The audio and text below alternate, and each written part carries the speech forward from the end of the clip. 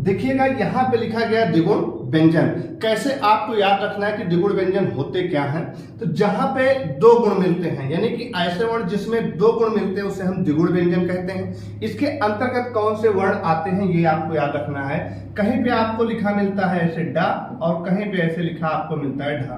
फिर इसका एक रूप ऐसे यहाँ लिख दें, ऐसे यहाँ, इनमें दोनों में कोई अंतर नहीं है।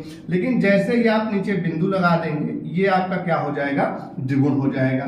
यानी इसको हम द्विगुण या उत्क्षिप्त व्यंजन कहते हैं। और ये दोनों की अगर बात करें तो ये दोनों आपके स्पर्श व्यंजन के अंतर्गत आ जाते हैं। किसमें आ जाएंगे, स्पर्श व्यंजन में हो जाते हैं। इनका प्रयोग कैसे करते हैं देखिएगा, सबसे ज्यादा प्रयोग आपको याद रखना है। जैसे हमको लिखना हो लड़ना, क्या लिखना है भाई, लड़ना। क्या इसको अभी हम लड़ना पढ़ेंगे, नहीं, अभी हम पढ़ेंगे लड़ना। लेकिन जैसे ही बिंदी लगाते अब हमारी वर्तनी भी सही हो गई और हम पढ़ भी पा रहे हैं, लड़ना हो गया।